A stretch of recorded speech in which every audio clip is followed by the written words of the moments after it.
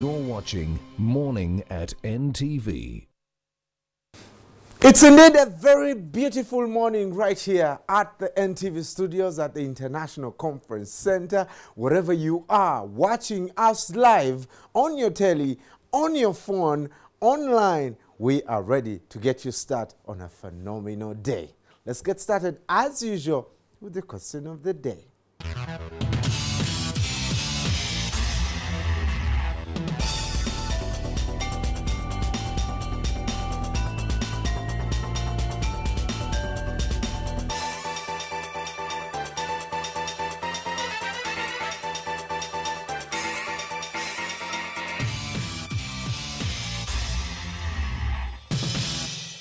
There you go. Please feel free to get your geography shoes on and head over to our Facebook page, Morning at NTV. You can also feel free to send us a tweet at Morning at NTV. Tag me at MBGold2. You can tag at Kasiate. You can tag at Joel Sonyi at Dakabachigongo at NTVUganda. And of course, the new Mrs. Muhereza at Mebkep. That is Mabel, enjoying her honeymoon wherever she is with Amon, husband. Fantastic couple, and we'll see her when she returns. And make sure, and of course, you can watch us on your telephone. It's mobile. NTV Mobile that is launched, only available to Android smartphones. Not Kavideti, not Katikitiki, not this funny, smartphones only. As long as it's Android, go to Google Play Store, download the app, and you can catch this show whenever you can. And subscribe to the biggest TV station in this side of the Sahara.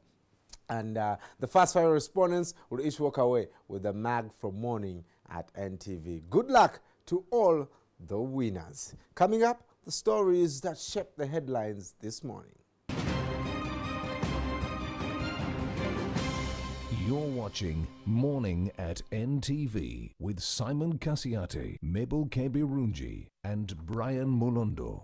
Now, of course, a very warm welcome to you if you're just joining us. A reminder that this is Morning at NTV, your #1 ticket to every morning. Monday to Friday, you can catch us. Head over to YouTube also and catch the shows that you missed in the past and send us an SMS to 6565. Let us know how we can make this experience even more awesome for you. Now on to our story this morning. Top story: thousands of residents in Moyo district took to the streets to protest against the arrests of Ugandan nationals by South Sudanese soldiers. The arrests that occurred 2 weeks ago were sparked by a long-running border dispute. The protesters burnt a church and several grass-thatched huts belonging to South Sudanese nationals living in Uganda. The Obongi County MP Hassan Kaps Fungaru and other district leaders have called on the government to resolve the dispute before it spirals out of control. We have a report.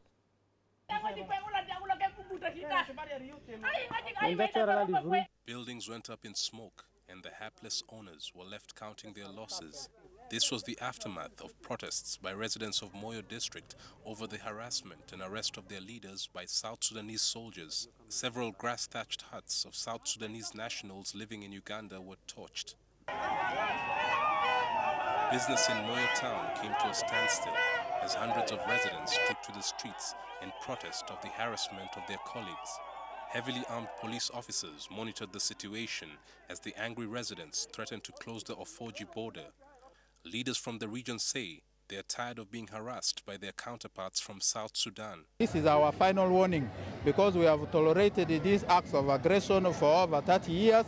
And today we are saying if His Excellency will listen, this is the last time we are peacefully showing to the government that he should act. They should not pride themselves with the guns they are holding. They are holding guns now. Guns don't fight. It is the people who fight. The incident that saw many shops in Moyo closed comes in the wake of recent tensions. Most of the shops in the town are owned by South Sudanese businessmen. 2 weeks ago, South Sudanese policemen arrested the LC5 chairman of Moyo, along with 2 UPDF soldiers, a monitor journalist, as well as census enumerators in Gwere village. They were detained for 4 hours and later released. Some of them claim they were tortured. In 2009, 20 workers from the district were kidnapped and reportedly tortured in South Sudan. President Yoweri Museveni and his South Sudanese counterpart, Salva Kiir, agreed to establish the borderlines between the two countries, but this has not yielded any positive result. And myself, I even know where the border is because I read the Constitution. We shall take the matter up in our hands.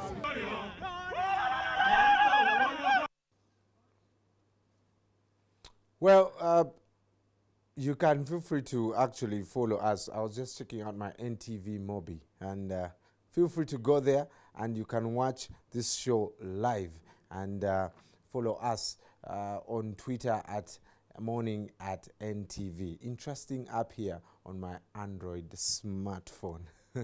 Now, Speaker of Parliament Rebecca Kadaga appears frustrated by the slow pace at which the executive is moving to bring electoral reforms. The Speaker now says she will clear individual MPs to move private members' bills on the constitutional and electoral reforms.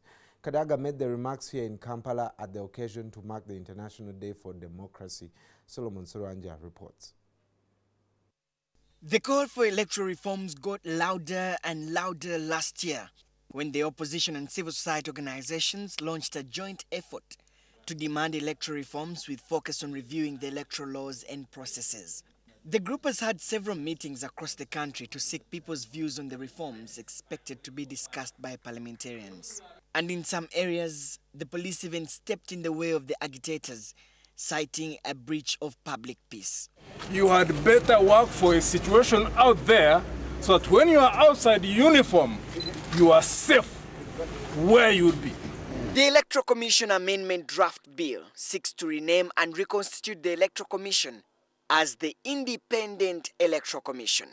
The bill also proposes giving powers to the Judicial Service Commission to recommend to the President at least 7 persons and not more than 14 from whom the President may appoint the members of the Commission.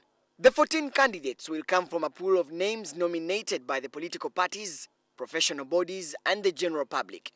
It also proposes that the Judicial Service Commission, through the leading national print and electronic media, invite any person to apply for appointment as a member of the Commission. The shortlisted persons will be subjected to interviews publicly, from which a list of 14 members will be selected and forwarded to the President for approval. On the other hand, government has set up a cabinet subcommittee chaired by the Second Deputy Prime Minister and Deputy Leader of Government Business, General Moses Ali, to streamline proposed constitutional and electoral reforms. But the process seems to be moving slowly. Top on the laws to be amended are the Presidential Elections Act, the Parliamentary Elections Act, the Electoral Commission Act, and the Political Parties Act. We have prepared the necessary bills. We have prepared the cabinet memorandum. We are only waiting for a slot in the cabinet to have these proposals discussed. But the clock is ticking, and 9 months later, the bills have not been brought to Parliament. Parliament has not done anything because no one has presented any proposals for reform. Neither the government nor the opposition. And if you remember, during the State of the Nation address, I told the government that I do not want to be stampeded. I had wanted those bills to come last session before the budget. Despite these delays, Kadaga says there are some options that can be explored. If we moved our own bills without waiting for the government or the opposition, I think that would be the way. Saturday woman MP Ali Salaso, Buburo East counterpart Simon Mulongo, and Chivande's Sam Otada are already warming up to move a private member's bill. But this is not an option that government is considering. Give us your proposals. If they are not taken up by government, then you can propose them when the bill is eventually, or bills are eventually before the Legal and Parliamentary Affairs Committee. Coordinator of the Citizens Coalition for Electoral Democracy in Uganda, Crispy Kaheru, says Parliament has only 4 months if these amendments are to apply to the 2016 elections. So if we do not have these reforms, these proposals brought to Parliament, debated, passed, considered within these 5 weeks, then we are actually headed for potentially no reforms. It's now a matter of time. whether these reforms will see the light of day. Solomon Serwanja, NTV.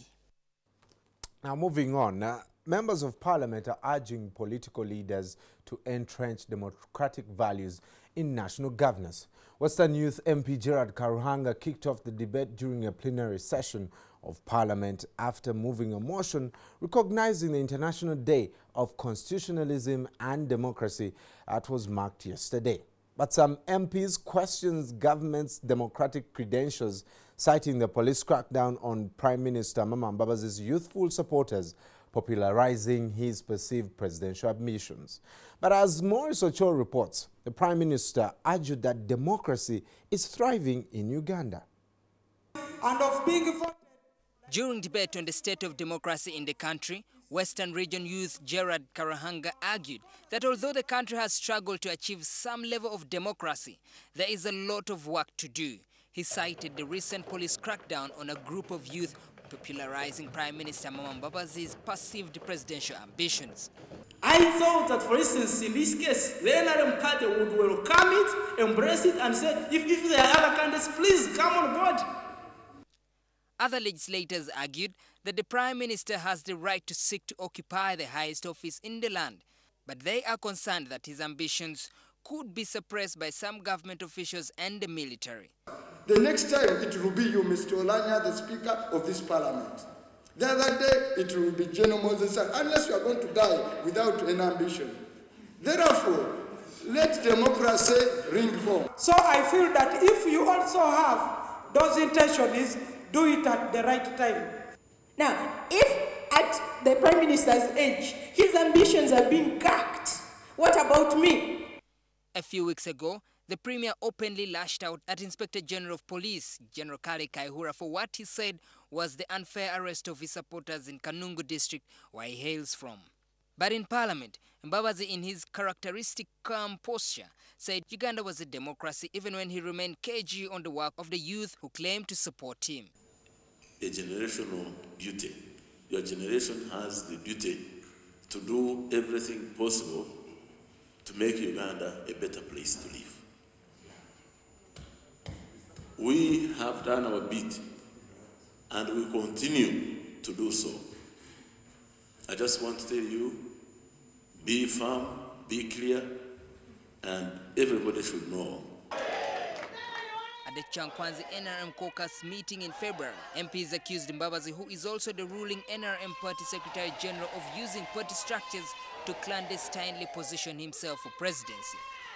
On the link between democracy and economic development, some MPs noted that Uganda is still making baby steps with weak governance systems. We have curtailed the involvement of the youth, even as much as we have made room. Maurice Chol, NTV at Parliament. Now you can still share with us on our page Morning at NTV whether you think actually democracy is indeed thriving in Uganda, like the Premier says. Now still from Parliament. Parliament has passed the Stamp Duty Act 2013 that introduces tax on transactions in regard to the transfer of shares in an incorporated company listed on the stock exchange. The Stamp Duty Act that was passed with a few amendments now replaces the Stamp Act of 1915. A stamp duty is a levy or charge on valid documents to make them legitimate in the courts of law. A valid document usually represents the interest of two or more parties. Now, Parliament has passed an act to repeal the old stamp tax with the introduction of a 0.5% tax on all people who transfer shares listed on the stock exchange. Opposition Shadow Minister of Finance, Geoffrey Ekanya, who proposed the new tax, explains that the new charge will check money laundering and help government monitor the transactions of all those who hold shares in companies. Instead of taxing farmers, horse, taxing salt, taxing agricultural input. So, because these people are rich, they are already trading in stock exchange, they have money, their management skill is good, they have survival rates which are very high. A report by the Minister of Finance and Economic Planning, Maria Chiwanuka, had suggested a 1% charge on the appraisal or valuation of one's assets. But the MPs rejected this move, as former leader of opposition Nandela Mafabi, who is an accountant, explains. Valuation is not necessary for money, so I may need my worth. And if supposing I value the building for 5 billion, but my money I need to borrow is 500 million, why do you charge me 1% on 5 billion when I'm going to borrow 500 million? The minister rejected another 0.5% on capital tax gain on companies that are listed on stock exchange, because these companies every day keep appreciating. That is a technical matter. I don't have it even in a form this morning. No, can I comment on that tomorrow? Really now, right now? Parliament has also extended the time one will take to obtain a stamp on their legal documents in relation to land from 30 to 45 days. These were part of the amendments that also changed the title from the Stamps Act to Stamps Duty Act. The amendments take effect from 1st July 2014, save for the introduction of new taxes that take effect at the date of publication. Sheila Nduchire, NTV Parliament.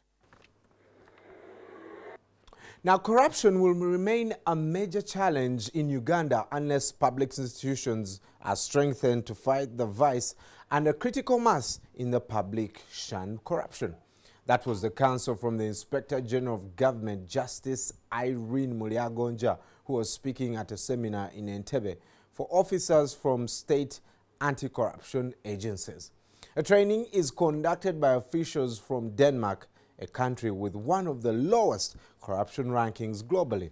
For the last 2 years, Denmark has been working with Uganda to fight a vice that has cost us colossal sums of money. A training focuses on effective investigations that can lead to the conviction of suspects.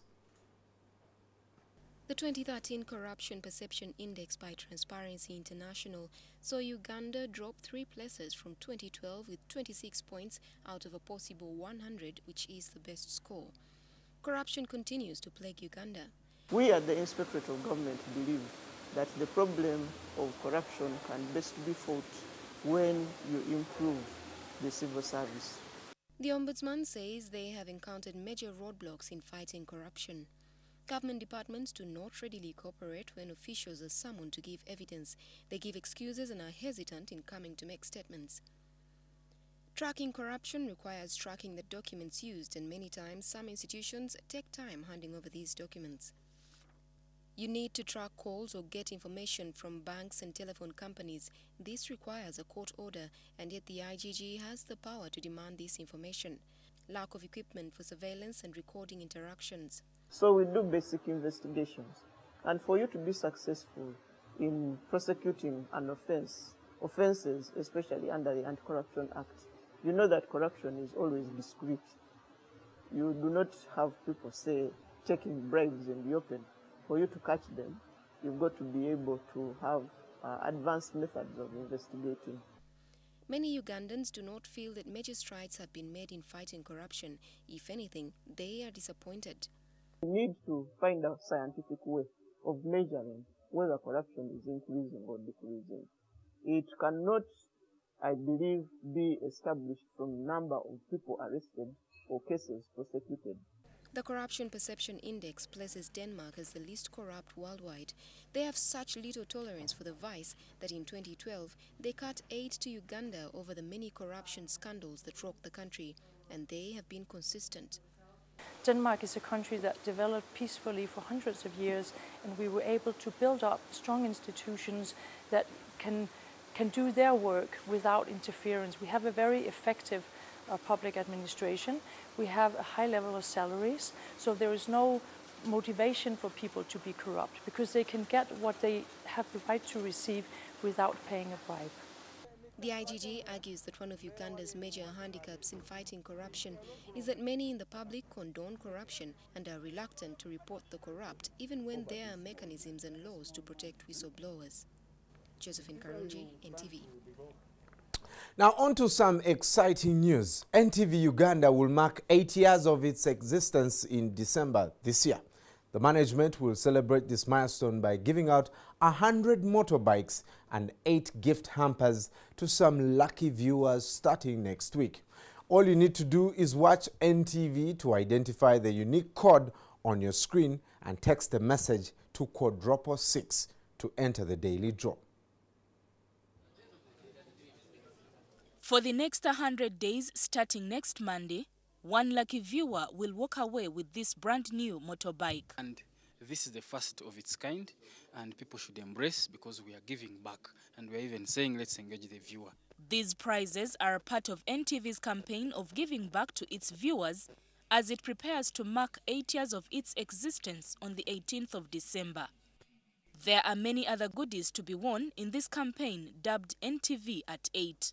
All somebody needs to do is simply watch NTV programming throughout the day. You watch, then a secret code comes, which will be coming anytime. And once you see it, you type and you send it to 6666.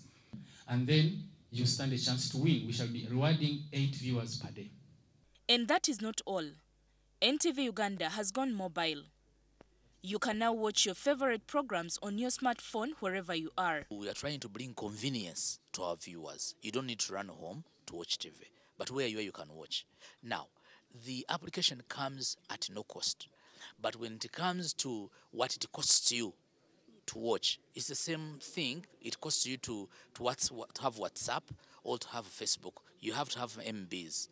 And that's all you need. The installation of the NTV Mobi app is as easy as ABC. First of all is to have an Android phone and go to either Google Play or App Store. Download, first of all, type the NTV Mobi and download the app for free. Then the rest is just a simple registration, and after that, you enjoy crystal clear, seamless viewing of your favorite station. All this is aimed at keeping in line with NTV's slogan of turning on your world.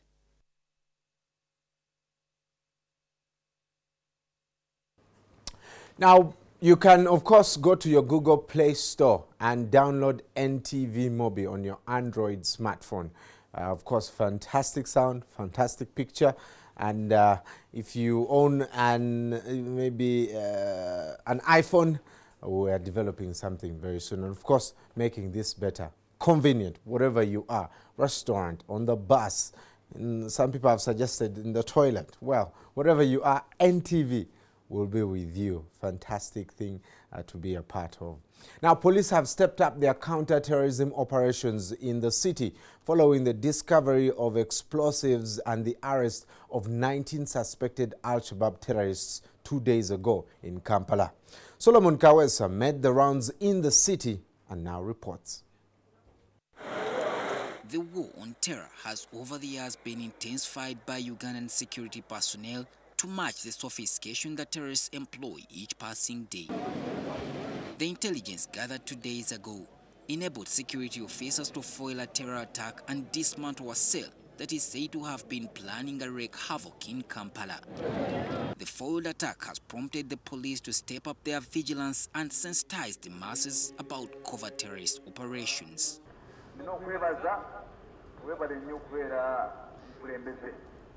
They visit public places that are potential targets of terror attacks to remind the people to stay alert. Impromptu visits were made to places like malls, supermarkets and education institutions to check the security situation. I am sensitizing them to be conscious, to be vigilant, such that we neutralize these terror threats we have. Police have warned diplomats and officials driving government vehicles to abide by the security checks mounted in various points across the country. Somebody comes in a CD, or somebody even comes in a government vehicle, all of them, others, they don't want to be searched. But it is time, either you want it or not, you must be accepted to be searched. A private security officer was arrested at Chambogo University for reportedly displaying laxity at his security operations. As police intensifies security in Kampala, they are still facing a challenge in such institutions. For example, you can see there is an entrance here, but when you walk around, the institution is just open. There is no fence whereby someone else can use such an entrance and cause a terror attack inside here. Police say the operation will continue. Solomon Kawesa, NTV. Suspects picked up here in Kampala at the weekend will soon be arraigned in court, according to the police. But the force is reluctant to reveal the identities of the suspects and whether they came from outside the country. But NTV has learned that some of the suspects are actually Somali refugees.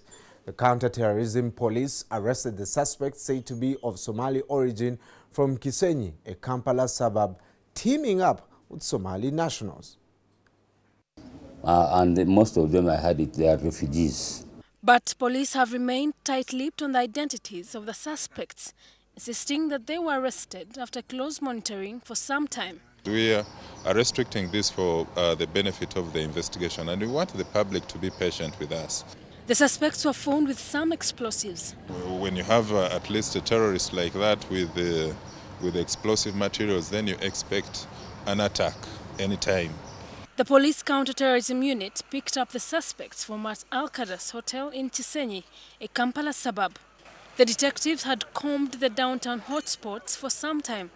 NTV visited the hotel to find out who the terrorism suspects are and how they ended up at the hotel. For the 15 minutes we spent here, none of the managers was willing to talk to us despite our repeated requests. A few meters away from Al-Qaddas Hotel is another lodge, which the police also combed for more suspects. The apparent security loopholes at many of the accommodation facilities here is a cause for worry to many residents. They cannot ask you the papers, where you're from. We need these brothers Somalis to come and LOC and sit with us because it's only Uganda who welcomes all foreigners and they feel at home when they're in Uganda. But if indeed the suspects were from abroad and planned a terror attack, how did they beat off police and other security agencies manning the border points? Porous areas where, of course, people find their way into the country. Security agencies say the need to register all lodges and hotels is paramount to enable security and local leaders easily monitor whoever visits such places and keep track of them. Because everyone, he came and opened the lodge, he came and opened the lodge, he came and opened the lodge. The government has not this, they don't know these lodges. Residents are asking security agencies to work closely with them to detect unscrupulous people who may plan heinous acts like terror attacks. Now, of course, here at Morning at NTV, we encourage you to please be vigilant and report anything suspicious and anyone suspicious to the police. Then we can stay secure. Actually, in the Daily Monitor, there's a very, very interesting article on how Al-Shabaab entered Uganda. I'm sure the gentlemen in Studio B, Simon and Joel, will break it down. Simon, though, I was talking to a couple of people yesterday and they are quite happy with how the police has made sure that Uganda stays secure. What is your analysis of this? Thank you, Brian. Of course, you will appreciate that I am no security expert. I'm only just a pedestrian observer of these matters as they happen. But one thing is for sure, when you see terror attacks going on in neighboring countries that are taunted by many charlatans in this country to have a better economy, that are said to be with a better facilitated security system and all that, and that doesn't seem to happen in Uganda for a police that we denigrate every other day, some of whom don't even behave to the respect that is worth the uniforms on which they wear. One wants to stop and think that perhaps, and can only be perhaps, we're not just lucky. I think there's some good up their sleeve. Well, that's how we start our morning on Morning at NTV's Press Review, which we're coming up next. We'll be looking at the, what do I have with me? The Red Pepper and the Daily Monitor. Let's be back.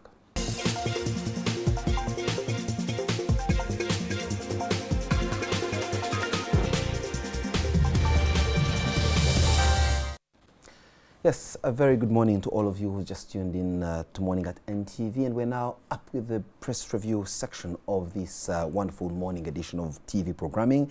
And yes, it's myself, Simon Kasiati, and Unfamiliar Tough in Studio B on NTV, together with Mr. Joel Sanyi. Good morning, Joel. Good morning, Chief. How are you today?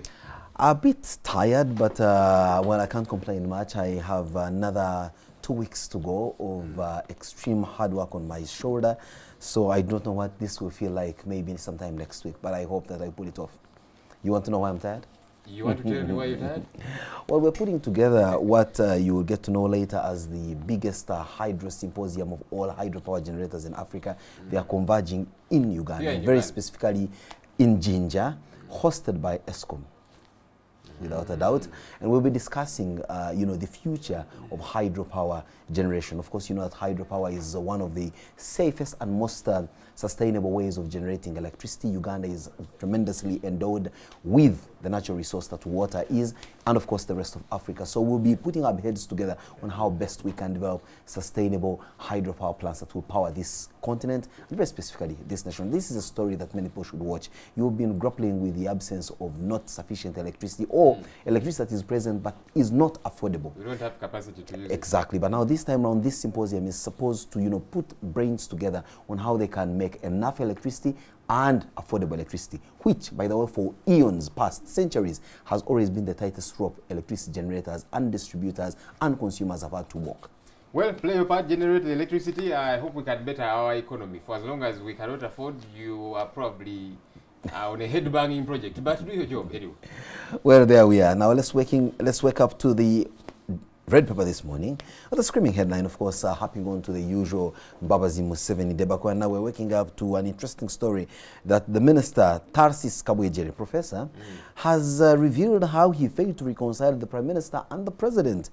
Well, and the headline is Museveni fears Mbabazi minister. Well, the president fears one Captain Maguru Ruhinda, who is a nobody. If you were to ask our viewers who Captain Maguru is, you'll probably find about less than 5% know the man. But you see, anybody who shows any slight interest in this seat gets their hands burned. So, okay, let's look at the choice of mediator in the name of Professor Tarsis Kabwejere. What credentials does he have on his pips that would possibly position him as perhaps the best moderator or mediator between the two, if at all there is any warring for that matter between the prime minister and the president? I don't because know. I would have expected that the president would choose a renowned negotiator, someone who has been in the trenches of negotiation, a top-notch diplomat, and a guy who speaks with the proper authority and gab. You talk about Dr. Rugunda, rather? Without a doubt. And this is a man who comes from the same backyard as the Right Honorable Prime Minister, someone with whom they have very interlinked business dealings, about their bank. Yes, and I think that if I were President Museveni, or maybe, for that matter, Prime Minister Mbabazi, I would choose someone of the caliber of the Dr. Rugunda, as opposed to Professor Tarsis Kabwejere. What do you remember him for? Among other things, he told these people that were starving in Zoroti, go eat mangoes. Not too long ago, Parliament was about to decline his appointment as minister. They accused him of intransigence, among other things. Apparently he's an arrogant man and stuff like that. But there you have it. I'm not too sure he's the best mediator, but I saw another story in the Daily Monitor, the exact page you are on, and I thought that is not news, about Besigye. What are they saying there? I'm looking at the red paper, just so you know. You're the one with the Daily Monitor. Did I say Daily Monitor? No, red paper, red paper.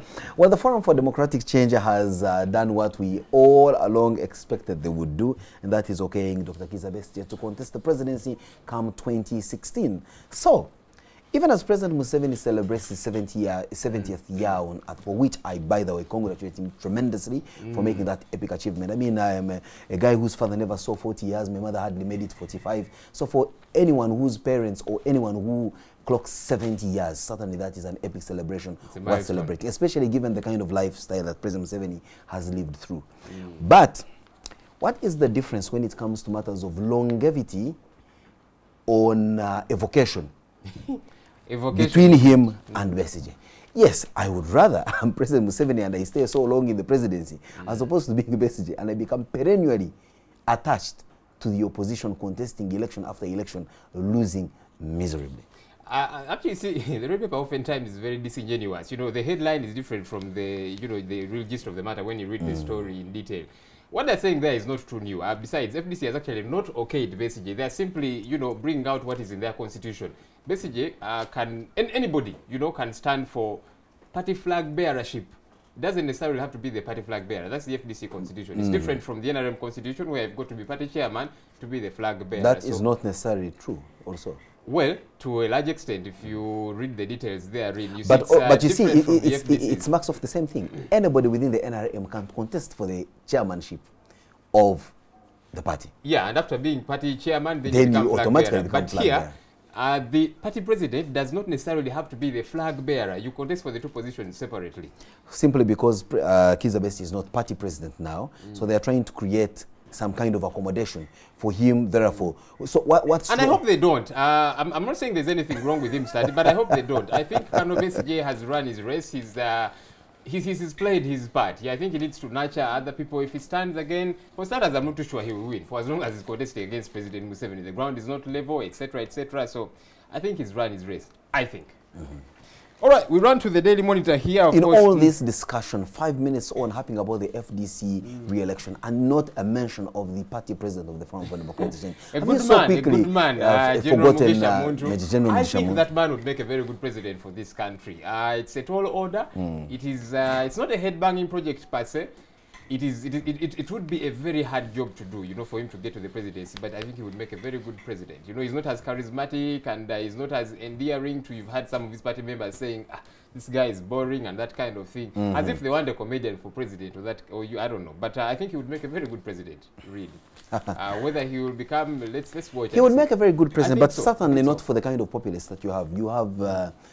I keep telling you, you always say Ugandans are good people. Yes, a pocket of them are good, but the kind of Ugandans that I interface almost on a daily basis don't deserve the good president that Major General Mugisha Muntu would certainly make. You need somebody that has got some level of bite, like President Museveni, who has got some bit of wit, someone who's got some level of slyness that you possibly don't understand. You know, someone who is going to really keep them in check and in their place. Of course, we also do not deserve a dictator or a militant, angry-speaking person. And many feel President Museveni has, slowly but surely become a despot. No. You guys just misuse English words and all that. One day I will show you what a despot is, and I can tell you. The word despot... Did you hear my wordings? Yeah, the word many despot... feel that he is slowly but surely... The word despot has been used to describe the likes of Gaddafi. And it is such a total waste of the word. He wasn't a despot. And eventually people begin to realize that they removed the despot in Iraq. It became a tremendous, great country. Egypt. It actually is the proverbial Garden of Eden. You know, everything is so fine in Iraq.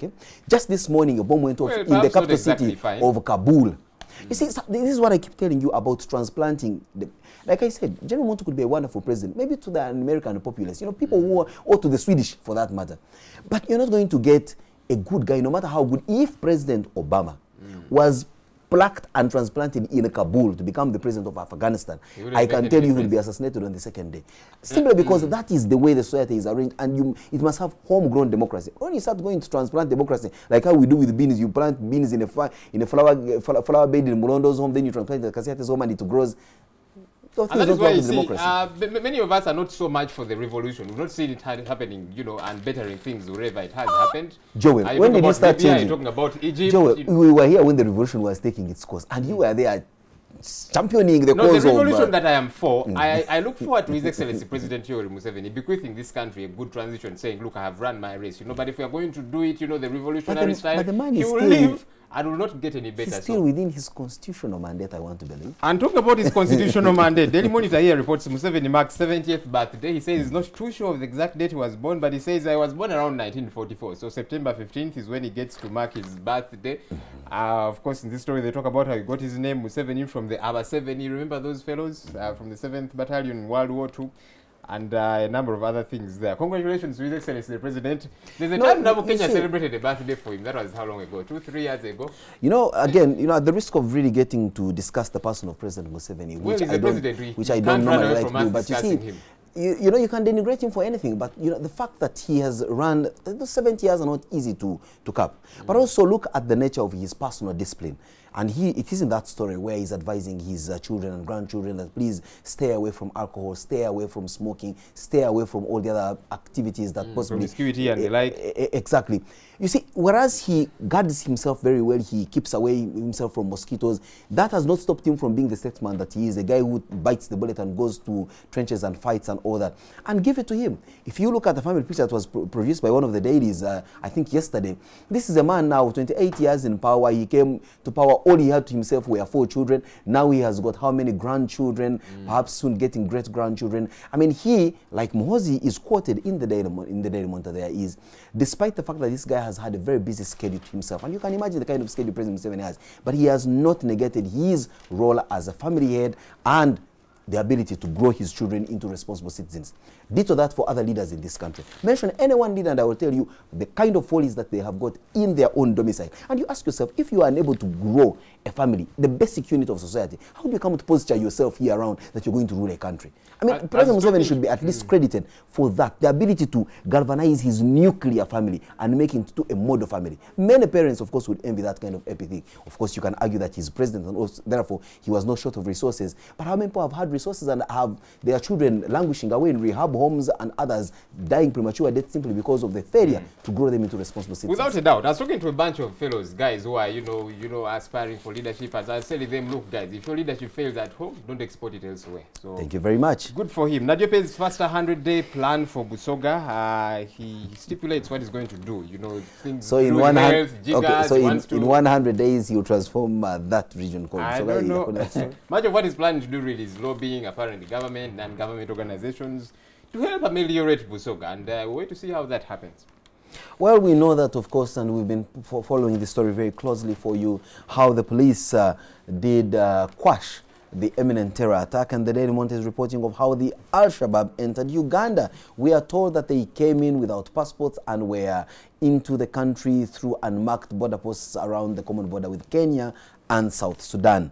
But of course, like you said at the beginning, kudos to the police. Sure thing. UN Chair, we're told Kutesa starts work officially today, is going to superintend over the deliberations at the this UN session for the next 1 year. Wish the man well, wish the man well. Parliament is still at it. This time around, they are scrapping taxes on agriculture. They want to actually push that to change transfer of shares. You know, when you're transferring shares and so on, then 15% withholding tax on reinsurance premiums. So, our parliament, pedestrian, and we call them barefoot mentally. Well, it is one chap that called them that. And I concur with him 100%. So for them, the magic bullet that will, whatever, you know, for them, agriculture should not be touched. It must remain in its rudimentary state. It must remain in subsistence. It must remain unable to be... Taxing it doesn't mean you're modernizing it. Listen, actually, if you want to modernize it, maybe you want to lessen on... taxes and the hit that you're making out on agriculture. For the last 100 years, this country has been involved in agriculture without tax on it. Well, Denmark has been Denmark, where I lived for a couple of months, has been involved in agriculture for a shorter time than Uganda has been. Israel here, which got soil much from of the here. time, Denmark was in in its history. Denmark was busy Viking away and all that. By the time they realized, settled down and all that, they needed food. Only about 5% of the Danish population is engaged in productive agriculture. And guess what? They are able not only to feed Denmark as a whole, but to become a food basket for the rest of Europe. And guess what? They are not doing it without taxes. I can tell you, for as long as you don't give someone incentive to have a responsibility onto the state, to realize that they need to run their activities from a business sense, you're just killing them. The level of complacency here, you are just, I mean, this is a country where, like Al-Mazrui said, you put your finger into the ground and 5 minutes later your nail has grown. That's how fertile our soils are. But what are we doing with our soil? Much of the soil is bush following. We sell it. We sell our land to come and do border business. Border business incurs a very huge tax. People are running away from agriculture, which doesn't pay any tax. 60% of Mlago's surgery budget is to border accidents. Look, I hear you, and I think, removing the taxes from agriculture is not enough. I think we need to get out of our way and do a lot more, Can we modernize agriculture? We've used horse for a long time. We've been talking about, modernizing it. Let the rubber meet the road. You cannot people who have grown on subsistence, peasant agriculture, and eventually find themselves in leadership positions are not the right kind of people that are going to spearhead a total revolution. Well, if you, the good ones, cannot stand, then we'll keep having the kind of leaders we have. Indeed, that's a very huge challenge that we take. But perhaps now that Miss Uganda, a pageant that has been more, for the most part, known for promoting other things like mammograms for mothers, which people do not even know what they do, and all that, now is getting down to the real thematic needs of the ordinary Ugandan folk, and very specifically women. I am reading in the Daily Monitor this morning here that, one, the UPDF has not taken over Miss Uganda organization as according to the franchise holder. Exactly. But rather, yes, Brenda, but rather they are partnering with them in order to promote agriculture. So they are going to use the NADS arm, which the UPDF is running very seriously, and other amenities to ensure that there is beauty with a purpose, and this purpose is agriculture development, which I think ties very well with the editorial of the Daily Monitor this morning, where we're talking about empowering women for sustainable development. And sustainable development cannot be through untaxed agriculture that is just there free for all. It must be an agricultural model that is out to put people on the pedestal of understanding that agriculture is a business. And talking about agriculture and nuts, the government's information minister writes here and says government is restructuring nuts to create revolution in agriculture. Yeah, right. There you see. So, quote of the day, this is by newly crowned Busoga King. He says, very short one, Busoga togetherness is power. Way to see that power, way to see that power. Somebody writes in the opinion section here and says that why Ugandans don't trust government programs. The likes of NADS and I don't know, youth livelihood venture programs. And we've had a number of youth something, youth the other, and so on. And each of them dissipates along the way. We don't seem to get value for our money. Which money? Our money, our taxpayers' money. You know, billions of shillings are pumped into this money. This money does not come from a farm in Rashtura or I don't know where. It is government tax. It is we taxpayers' money, and we need to make good use of it, I think. I will not comment knowing how many people actually pay taxes in this country. Well, we are looking at your favorite money magazine in the Daily Monitor that comes out every Tuesday. This morning we are looking at Fortunes in Cargo, and they are featuring here, you know, a very industrious young man by all accounts, at least from his looks, Mr. Jeff Baitwa, talking about how he's been able to make quite a kill through freight. I actually know quite a number of people that are doing it big in freight. And, you know, in Uganda, when somebody builds a Rolex store here and it's working for them, another builds another, you know, so they're all over the place. You've got to up your game and see how it works for you. Well, I think there's tremendous news coming in from the business section of the Daily Monitor. You know, I see Richard Branson writing every Tuesday. I wonder how many of us take his advice. Maybe we should by getting ourselves a copy of the Daily Monitor. The red paper is awash with other interesting stories, as always, in the sports section, and of course a bit of sleaze.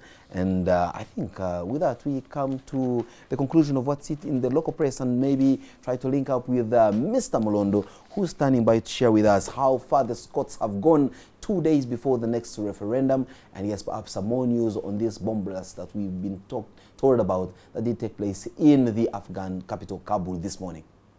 Well, thank you so much, Simon. Of course, the Scots have a couple of days. September 18th is when they will be voting, and it's only 2 days away. There's a referendum. Scotland wants to gain its independence away from the UK, but a very emotional picture of Prime Minister Cameron. The key word here is let's stick together. That's the key statement. And he was appealing to some Scottish business people and of course investors and conservatives, and he's telling them, please don't leave us. In fact, I'll quote some of the words he used. He said, don't mix up the temporary and the permanent. Please don't think I'm frustrated with politics right now, so I'll walk out of the door and never come back. If you don't like me, I won't be here forever. If you don't like this government, it won't last forever. But if you leave the UK, that will be forever. And he's appealing to them. And of course, more people getting on the no campaign, and it's gaining momentum. But September 18th, we'll find out whether this is going to last forever. That's him. He's telling them, let's stick together. Now, on to Reuters, which also talks about as more Africans leave to go to Europe and the Americas for greener pastures. 700 people feared drowned in the Mediterranean Sea. Wow. All that because people are looking for greener pastures, and you can catch details of that story on the Reuters page. And of course, the BBC here also talks about tragedy in Kashmir floods as a groom was conducting his wedding reception on a boat, and unfortunately he passed on. Now, of course, you can check out more pages like Al Jazeera and CNN, but for now, we'll take a breather. When we return, the big story.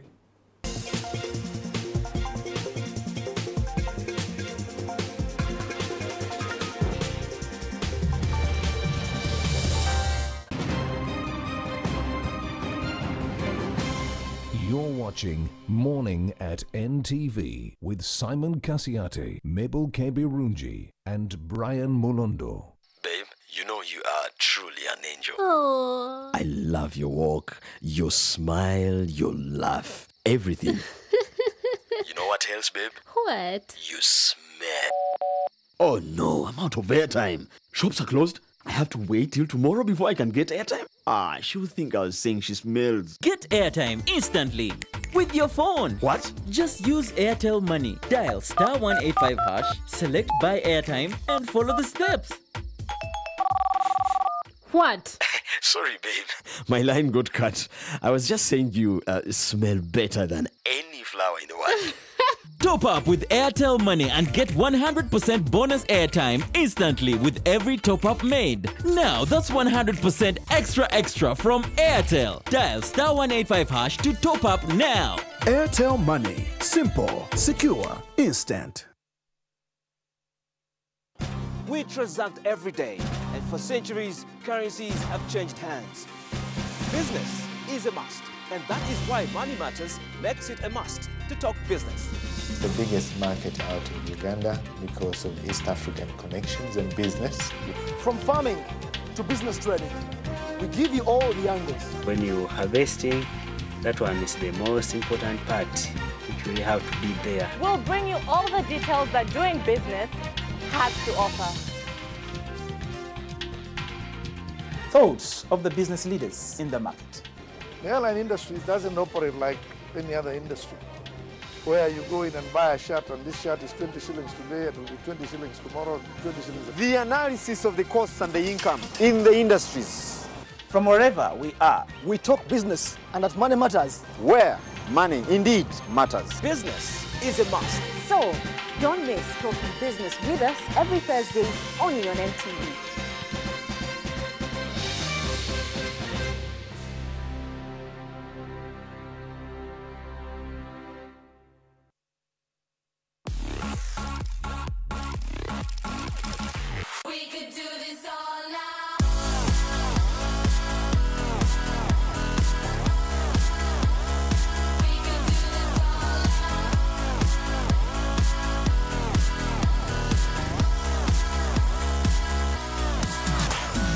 Guess what show just won Best Entertainment Program? Log in for the glitz and glamour of Kampala's most flamboyant people and events.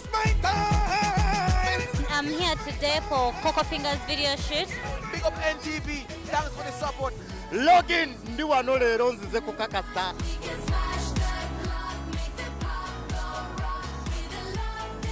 You're Golfy and you're watching Login. Don't touch that dial, you know what I'm saying. It's Login. We could do this all night. We could do this all night.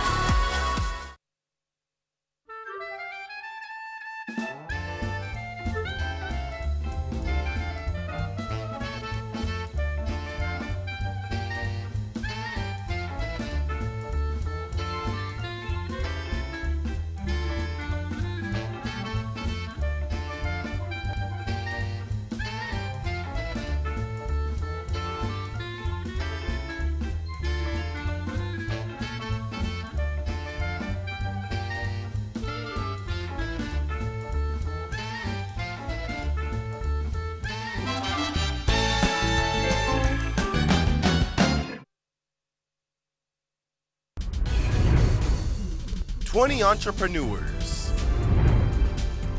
20 companies compete to get the funding. From different skills and experience with different ideas. Who will it be? On Kickstart, proudly presented by Now Breweries. Coming soon on NTV.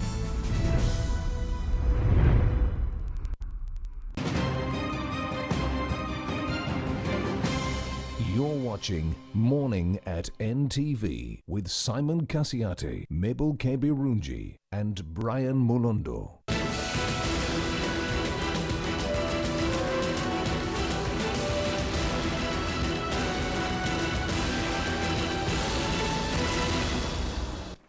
Is there trouble at the City Hall? That's the million-dollar question, especially coming on the heels of an interesting story quoting one of the councillors from the Kampala Capital City Authority. It was in yesterday's Observer newspaper, quoting the councillor representing the Uganda Law Society, Mr. Frank Kanduho, where he's spelling some bins and, for lack of better phrasing, calling KCCA a one-woman show. This morning we're asking, things seem to be cosmetically going right in our city, but behind the scenes, there seems to be some trouble. Are we looking at a whitewashed grave where inside is muggling with maggots and on the top it's just white polished marble? Or are we seeing unfounded allegations aiming at tarnishing the otherwise astute record of the technocrats at the Kampala Capital City Authority? That's the debate we're having this morning on The Big Story. And with me, fortunately, I do not have the horse itself to speak from its mouth, but I have a colleague in the council who reads from the same script. Good morning and welcome to The Big Story this morning, Mr. Bernard Luiga. Good morning, Simon. You're a councillor representing Makerere and the adjoining areas. Sure. You are a member of the Democratic Party. Sure. You obviously subscribe the same political ideology as the Lord Mayor. Should I add emeritus? Because now we do not know what exactly. He's the Lord Mayor. But of course, we also know that you've got your own fair share of political flip-flopping that many people seem to know you for. But let's now get down to the allegations, some of which have been made by your colleague, Mr. Frank Kanduho, and some of which you share, that Kampala Capital City Authority has rendered you, the council, redundant, many of the mayors redundant, and things seem to be running on autopilot, occasioned by the iron-handed, strong-fisted, cement-faced Jennifer Musisi.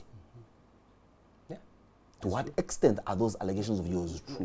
No, you know, Simon, probably over-exaggerated, but the whole aspect is we just contesting the procedure under which certain things are being done in the authority, basically. We don't have such kind of a scenario that Bernard does not want Jennifer Musisi or Bernard does not want Frank Tumwebaze, but we just question why are some things done the way they are done? Why don't you question why all things are done the way they are? No, because why are you selective? No, because Simon, the other day you impeached a Lord Mayor, Simon, you in the council. No. None of you came out to question except Sewanyana, who was fighting and throwing papers and Simon, all that. All of you kept quiet. Even Shifra Rukwabu was there quiet in as much as we all know what her Simon, side it goes back to the role of the minister. The confusion we have right now in the authority emanates from the way the minister conducts himself. He's not in charge of the authority at all. You're kidding me? I thought I want to be honest. I thought he was overly in charge. I want to be honest with you, Simon. With me here, I have the letter. I wrote to the minister just in August, you know. 6th of August this year. Yes, I'm just causing awareness to him that, you know, the legal functionality working group, of the legal working group. Sure. And I want to be honest with you. I sit with Honorable Frank Kanduho on the legal working group, which the minister constituted. But I want to be honest with you. What is this legal working group supposed to be doing? No, it's supposed, of course, to look at the auditing of the procurements. You know, we are supposed to, there are some memoranda that we sign on behalf of KCCA. We look at things like all the reports from other committees, they have to end up in the legal working group. So we have to scrutinize. It's like we are the overall now audit committee of KCCA. But ever since April, we've not been sitting. And things are happening. Isn't that a sign of your incompetence? Who is supposed to convene these meetings? Who is supposed to convene these meetings? Yes, the chairperson. And why doesn't he or she convene these meetings? Never. That's why, of course, we saw Kanduho coming out in the media to say there is something wrong. You know, at first... What is that something wrong? You see, Bernard, we don't sit here to speculate and paint using a wide paintbrush. We want to go to the specifics. What exactly is going wrong? Why are you councillors saying you are unable to work? Is it the absence of a Lord Mayor? Is it the absence of astute leaders amongst yourselves to convene meetings like these ones here? Is it the sheer fear of the willpower of Jennifer Musisi and the, you know, the gazumping of Honorable Frank? Simon, what exactly is wrong? Of course, if we start with the Constitution of Uganda, Article 1.4 of the Constitution, the people shall express their will on who shall govern them and how they shall be governed. You were elected, the people decided. That is it. Now then when we go to Section 5 of the KCC Act, it defines what the authority is. You know, the authority comprises of the Lord Mayor, the deputy and the councillors. And then when you go down Section 7, it tells you, it defines for you the role or the mandate of the authority. Yes. So that's the gist of the matter. Our concern, or my concern as Bernard, I'm saying, am I exercising my mandate as an elected leader in KCCA or in Kampala City? Tremendous. Now, Bernard, you say I want to get down to the specifics. Yes, please. What is that mandate of the Honorable Councillor Bernard Luiga that he has failed to exercise? Just one. I'm not asking for 3 mandates. Just one. Let me give an example. Section 7.1, to initiate and formulate policy. Simon, so I must initiate and formulate policy. Yes. What has stopped you, Bernard, from formulating? What is formulating? Simon, I have told you the legal working group last started in April. And I asked you, policy if supposed to be formulated. And I asked you, please. Who should have convened that April meeting, the subsequent meetings? Yes, I have told you. It is the chairperson. Why hasn't the chairperson been able to convene these meetings? Because, Simon, when we started questioning certain things, for example, the issues around the contracts. Contracts for... Because we have... what contracts? Do you know we've had members of staff, contracts with market vendors, contracts with roads, contracts, how are they? Because we're supposed to audit as the legal working group. That's our mandate.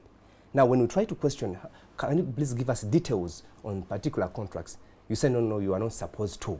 Now, what is our role? Saying that the technocratic Kampala Capital City Authority, and I want to be honest with you, give the ministers powers to oversee the running of the authority. I have explained to you, Simon, we have ever since April, we have not sat as a legal working group. The most sensitive committee of the authority, we have not sat. And we have tried to bring the attention of the minister. And the ministers... Let me ask you something, Bernard. Yes, is there something going on in Kampala Capital City Authority that maybe the city dwellers need to understand beyond the facade of good roads being paved? Of course, other than Robert Mugabe Road, my road in Mbuya, which I tell you, and I will not vote Karum. And you anyway. we use my councillor there from whatever, from Nakawa. We see roads, Ginger Road being made. We see some cleaning going on in this city. We see some reorganization of the peace and tranquility in this city. We see hawkers being told, please do not litter the city with whatever you do. Let's move some places. These seem to be plausible activities done by the Kampala Capital City Authority. Yet you, the councillors, are saying there seems to be a lot more than meets the eye. What is that a lot more? That's what we're interested in knowing. No, Simon, we appreciate and we are proud of what we are achieving as KCCA, because we are a team at KCCA. But then, Simon, in my view, I think it would have performed better. If we would have performed better than what we are seeing right now, maybe if we're at 60, maybe we would be in position to score 80. We'd be even in position to have better roads, better than the roads we have currently. So what is stopping you? So the role of the people who are supposed to audit the activities of KCCA, that's the problem. So in other words, activities go on, they would have been better if they had been audited. Sure. Let me give an example, Simon. Let me give a live example of Usafi Market. You say you appropriate 37 billion for Usafi Market. In the CBD, we have a plan as KCCA. We are saying no. No. You're expanding the city to place I do not know. I know where Usafi Market is here in Katwe. That cannot be described as the Kampala Central Business District. That's CBD. According to Simon, Katwe is part of CBD. You're kidding me. No, it's a fact. So the CBD of Kampala is laughable. Slums and it's laughable. And even initially we had said, no. Our plan now, we want to decongest the city. We want to take such facilities like markets out of the city center to allow maybe proper traffic flow and even other things, But then someone comes up with a proposal. Where it comes up, that's a concern, Simon. We are saying we are supposed to initiate and formulate policy.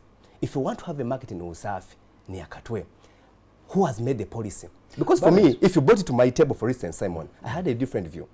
The 37 billion, I would say let us apportion it into for the 5 divisions. Maybe we buy land in each and every 5 divisions. Because the gist of the matter is we want to do away with the workers in the city. So if that is the point, as a policy formulator, let's try to apportion 37 billion. Let us take 5 billion.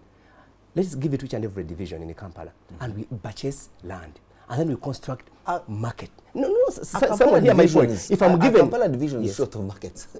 No, what we are saying, because we are looking at the problem which is facing, because when you try to ask the technical people, why are you so much interested in this thing of Usafi? It has become a song. We don't know why Usafi, it's like, I want to be honest with you, Simon. Some of us even think you're and we dream. You're honest with me, but you are only being a bit, you're glossing over the issue.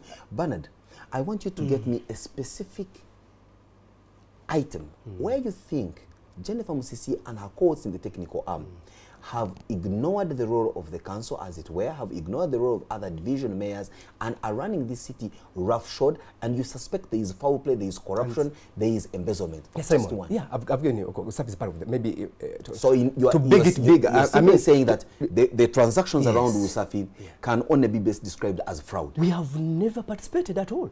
Even the budget is soft. That's why I have a problem with the minister, Honorable Frank Moyo. With due respect, you go to the parliamentary committee, you go to parliament, you deceive them, that councillors were consulted. Give us the minutes. No councillor has ever been consulted on the issue of the budget. When I say, if I'm Frank Moyo and I say you have been consulted when you are not consulted, what is your point of records after I have bore false witness against you? And that's you why as councillors, what are you going to, other than, of course, coming to we in the press, who of course... But Simon, do I have guns?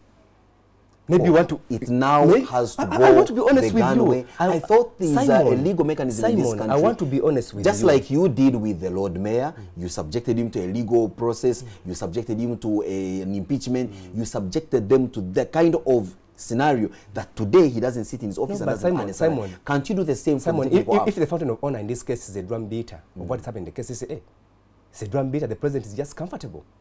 What is happening in the authority? I thought you're the representatives of the people, and the president is very concerned with especially winning over the Kampala vote. Simon, if you have a constituency, why wouldn't the president listen to I'm realizing, let me tell you, Simon, I want to be honest with you, and this is on record. I'm realizing maybe it's a planned deal to do away with the dwellers, city dwellers, many of them are low-income earners in the city.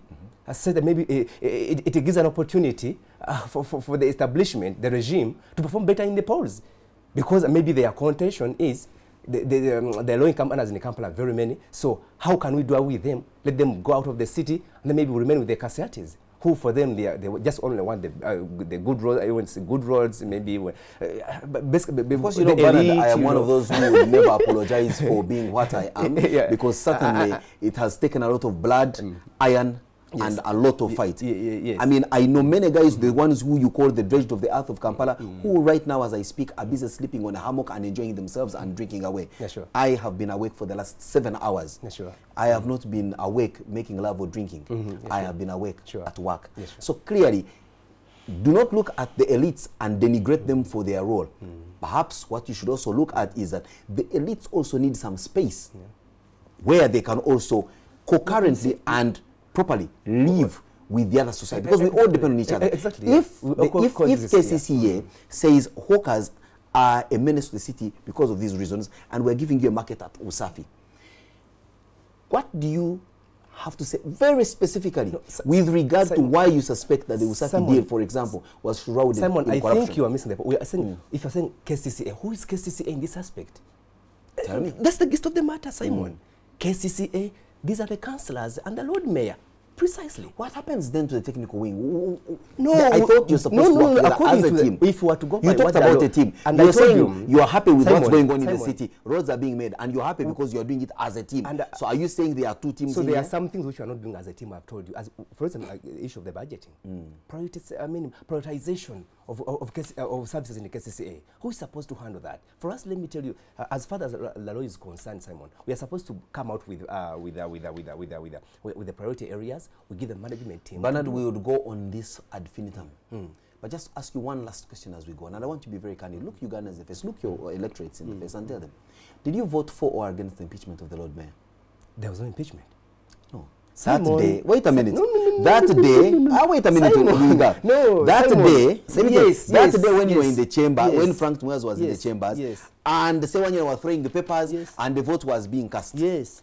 What side did you vote? No, but Simon, I want to be honest with you. For me, how can I stand on the camera and I say there was an impeachment when the courts of law have come out explicitly, you know, and publicly to inform the whole world? Did you vote for, against, or did you abstain? There was no impeachment. Did you I vote, want to be on record, did you vote Simon. I want to be on record. You are going into semantics. No, not semantics, Simon. But you also know it, Simon. I know. Semantics don't work here. Simon, I take it that you voted for the impeachment of the Lord Mayor. That's the point. There was no impeachment. As far as I'm concerned, as Bernard. So when you are putting up your hand to join the ones who are saying, drama, you saw even you tried to explain, to illustrate what happened on that day. Somebody jumping over the chairs. And then somehow your hand as could that be a council sitting? Yeah. And somehow your hand goes up. No, but and you are counted among them. Simon, no. But of course, I've told you, Simon, there was no impeachment. And for that, let me tell you, Simon, I cannot backtrack on that. I sent my brand Simon to inform the whole world there was the no political impeachment. gymnastics of Councillor Bernard Luyiga, his flip-flop nature, certainly never get to leave him.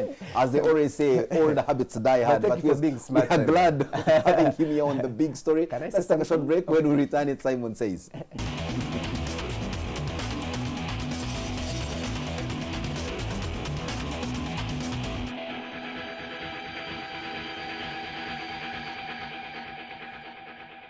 For Simon Says this morning, it's a very interesting situation to discuss matters of Kampala Capital City Authority, especially where you know that the technical arm and the council don't seem to be quite good bedfellows at the moment. There is always a wave, crescendos of emotions. One time they are together mooting the idea of kicking out the Lord Mayor. The next time they have realized that they fattened the snake that will eventually devour them ravenously. So clearly this is a story that we continue to watch. At this point in time, I cannot really place my finger on what exactly is going on, because one thing is for sure, you want to trust anybody, at least they shouldn't be a politician. And you know what makes up the bulk of the Kampala Capital City Authority? Councillors.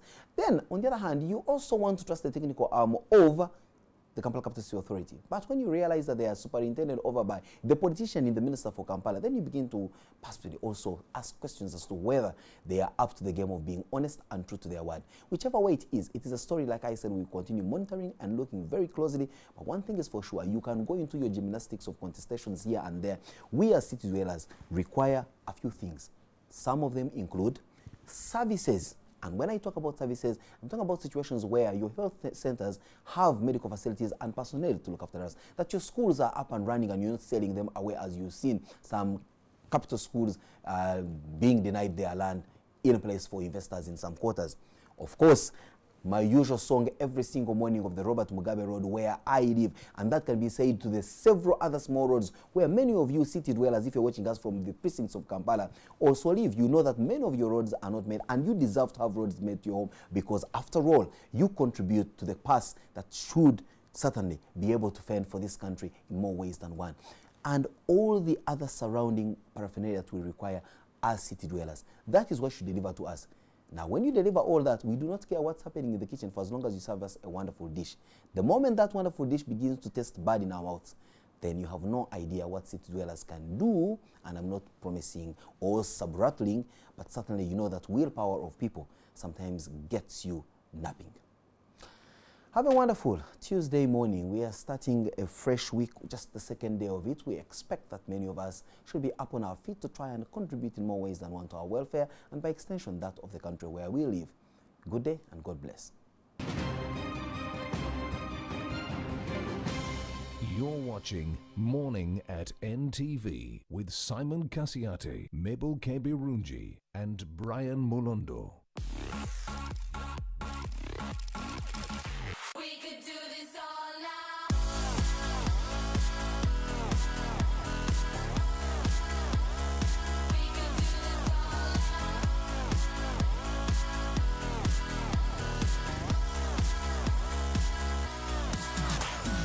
Guess what show just won Best Entertainment Program? Log in for the glitz and glamour of Kampala's most flamboyant people and events. I'm here today for Coco Fingers video shoot. Big up NTV, thanks for the support. Log in, ndiwa nole ronzi zeko kakasa.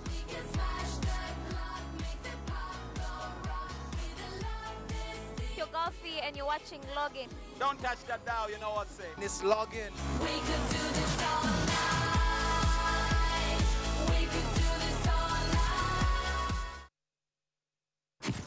night. A wife who you got through the office will be very insecure about you working in another place. Always hunt up, don't hunt down. You mean what? Go after your superior? How dare you suggest that when a woman is aggressed against, we should look at the person who's been aggressed against? Let the couple be. Let them sort out their issues. When they need you, then you come in. Prostitution is being given a new brand. All I know is that I connect people. Let's not choose to open our zips and do whatever our urge is, because I don't think that an urge is stronger than your will to say no. People attach a lot of questions, shame to HIV. I do not believe that when you wear a short dress, you should be a rap. Marrying a wife is like having assured sex. Anytime you come, you must have. Yes. You raise a population that has no clue how to be men. Can you bring out a quality family? I don't get married for my family. Men, every Wednesday only on NTV.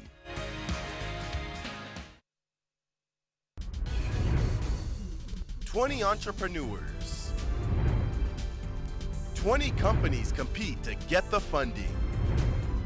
From different skills and experience with different ideas. Who will it be? On Kickstart, proudly presented by Now Breweries. Coming soon on NTV.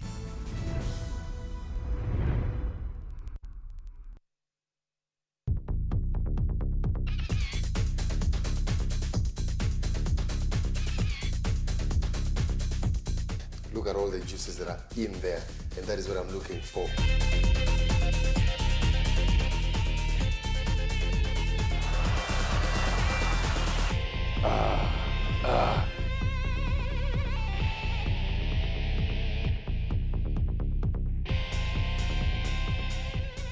My goodness, look at that.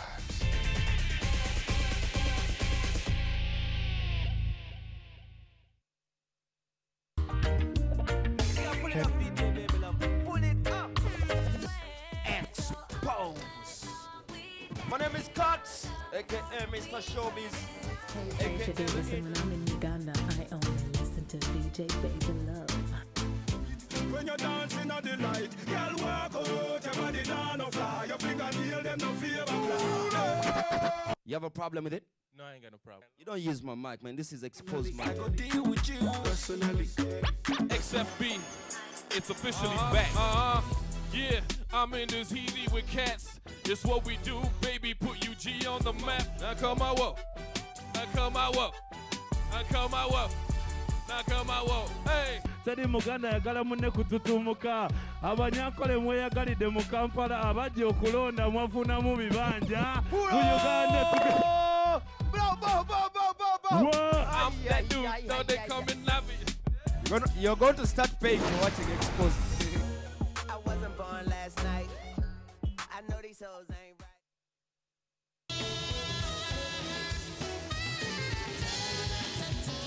Welcome to Jazz with Isaiah, a musical venture that is entertaining. I'm a prisoner, you're a prisoner too.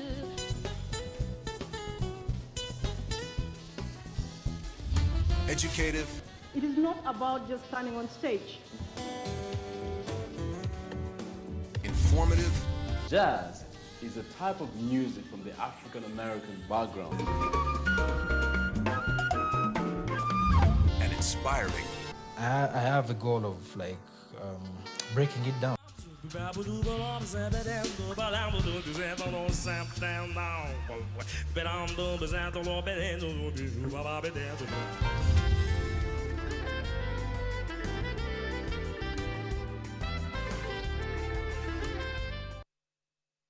On the next episode, brought to you by At Orange, we know you want to do more on the internet. That's why we bring you happy hour day and night.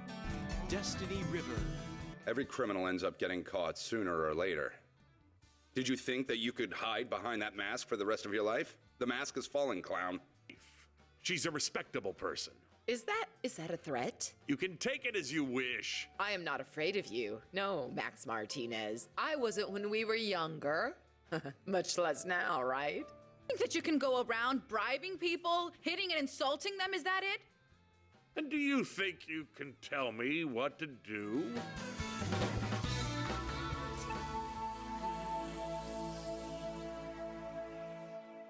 You can download movies at the lowest prices another fast from Orange. Dial *133# to buy a data bundle. Happy hour changes with Orange. Today changes with Orange. You're watching Morning at NTV with Simon Kasiate, Mabel Kebirunji and Brian Mulondo. It's 20 minutes after 8. Thank you so much for staying with us wherever you are watching us, whether on your telly at home or using NTV Mobi, the new app that is available on all Android smartphones. So go to your Google Play Store, download the app, and you can catch us wherever you can as we celebrate 8 years, 100 bikes, and of course, 8 hampers to be given away every day. We're turning 8 this December. Now, our Facebook page is Morning at NTV. You can go there and comment. And before the break, we had Bernard Luiga from KCCA, who is also a councillor. Some of the things he talked about says these are the councillors. There are issues that we are not doing as a team, like the budget. And he goes on and says, I am realizing that it is a planned deal to do away with the low-income earners in the city who do not vote for the NRM. And we have participated. No councillors were consulted when formulating the KCCA budget. If you want to put a market in Usafi, who formulated that policy? Now, some of you are actually very rude, so I am not going to read some of the comments that you have written. But Seranga Ibrahim here says, what goes around comes around. Those guys sold their integrity and they have no moral authority to even sit in the studio. So Simon, save us from these councillors. All right. La lawyer Barbara asking, are you working for the good of the nation? Because the end justifies the means. People will reap what they have sowed. And as a councillor, Bernard Luiga says, as a councillor, I must initiate and formulate policy. The Legal Working Committee of KCCA has not sat since April. On Twitter, you say, let Bernard Luiga be. Jennifer is using over 245 billion shillings, yet Sebagala only used 40 billion shillings. Of course, she had to do better. She gets more money. She gets 72 billion shillings for roads, yet Wakiso district gets only 2 billion shillings. We can do better. And of course, some of your language is not really friendly here, so I'm not going to read it on air. So use our Facebook page and Twitter handle at Morning at NTV and let the conversation continue there. We request you, please, to provide only objective comments there. Do not attack the person of or the people that we bring on this show. We bring them so that they can articulate and make clarity of some of the things that we talk about. Do not, please, cross the line. Thank you very much. Now, on the other side, I have a very interesting friend. Call him Coach Phil. Good morning, Coach Phil, and what are we talking about this morning? Good morning, Brian. We're talking about magical presentation and platform skills. Why it is one of the greatest, and I mean greatest skill that you can learn to be able to not only get rich, but to be able to live a better life. So, magical presentation platform skills coming up. All right. Stay with me, Coach Phil, and I will be back on Everyday Life.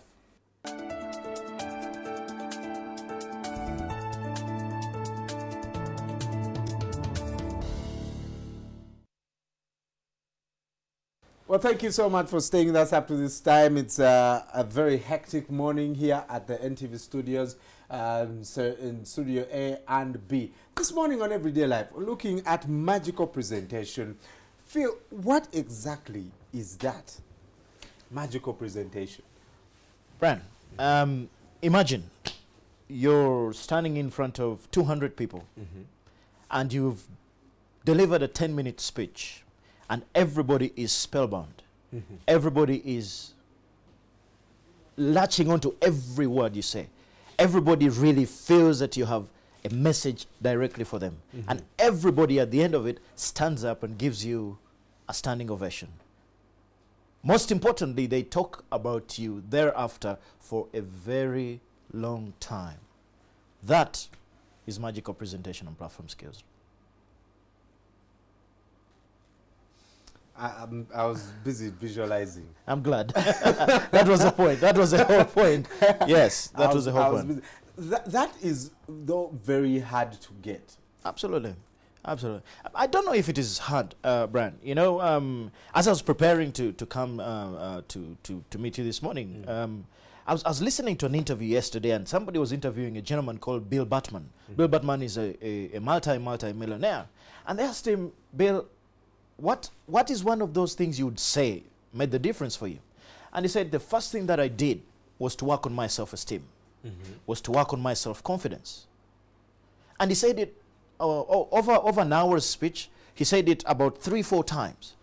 And when you look at everybody else who is out there and making things happen, they've got two things going for them. Number one, they have a great presence in terms of their self-confidence. Number two, their self-esteem is up there. So is it hard? I don't know. Is it easy? Absolutely. Why? If you get into it and you work on it, of course you can become a great presenter. The question is, number one, do you want to become a great presenter? Number two, how much of a desire do you have to live a better life, to be able to persuade more people? You know, I do it for a living, I live a great life, and most importantly, I get to serve a lot. So is it hard? I don't know. It depends on how much you want it. Most importantly, it is a learnable skill. Right. Yes. Learnable skill. There. Absolutely. Yes. I like what the words you've used. But first, how can you help me? I have a presentation in 10 minutes. How can I structure a presentation that is not going to, one, sound so far-fetched? Because I've listened to some people and you're like, this guy did not prepare. Absolutely. I've hosted guests on this show who, and I thought twice about inviting them for I can't bring back these guys. How do I structure a phenomenal presentation? Yeah, it's interesting you asked that question. We do these trainings across the region, and the first thing that everybody asks is, how do I come up with a presentation instantly? You know, and I'll give you a little story about my journey to become a presenter at the time. I was watching a guy called Carol, and Carol came on television and he said something like, supposing you were at work and you've been working on a project. Let us say you've been doing some research on a project for about 3-4 months. And as you're having your cup of tea at 10 o'clock for a break, your boss comes to the canteen and says, Brian, you know that research you've been working on? You say, yes. He says, you know, it would be great if you presented it to the chairman board of directors. And you're like, that would be really cool. It would be a great opportunity to show them what I can do. Basically, it's a great career opportunity. So you're thinking, yes. This is my big break. Yeah, you know, I've been waiting. So this is it. This is it. So the guy says to you, okay. You say, yes, of course. I mean, when would you want me to do it? And he says, they're just finishing tea. So in about 5 minutes, can you be ready? And, you know, I when he said this, and I'm looking at him thinking, what is he on about? So he says, now, if you want to be in a position to learn that, sign on to this website. Wow. Where you can come up with a presentation in 5 minutes or less. Now, I'm thinking it is the same question you have. Because I've seen many people who say, I've been ambushed. Yes. So how do you prevent being ambushed? Being ambushed. How do yeah. Okay. And we do a much longer series, but I'll break it down for you in case, you know, you came up to me, I've got 5 minutes to come up with something. The first thing I have to always, and this I tell everybody, it is not always about you if you're going to be a great presenter. It is about the people you're presenting to. It is not about you, it is about the people you're presenting to. That is always the first thing. So then all you got to do is ask yourself 4 questions. You might want to write this down next time you I am taking notes. Okay, man. the first question you ask is, what am I going to be talking about? What is my topic? What would people want to listen to? So you come to me and you say, Coach, I want you to present on something. The first thing I'll ask, okay, what is the topic that he wants me to talk about? Okay, then I would basically put that there and say, okay, for example, topic, how to sell a car, for example. So I'd put as the topic. Today, my topic is going to be how to sell a car. Why do I ask that question? Because there are people in the audience who are asking themselves the same question. What is he talking about today? Yeah. You know, you've gone, sometimes you go to presentations and you're looking at, some guy comes on and he begins to talk and you're asking, what is he talking about? You know, so the first thing you do is answer that question for that group of people. Then there's the second question. Second question you ask yourself is why? why is this topic important? Because a certain section of people in the audience are asking themselves the same question. Why do I need to listen to this guy? Why is this topic important? Yeah. Why do I even need to take the notes? So you as a presenter, you ask yourself, what am I talking about? Why is it important? Now you're beginning to structure your presentation. You're beginning to come up with what it is that you're going to... Then you come to the third question.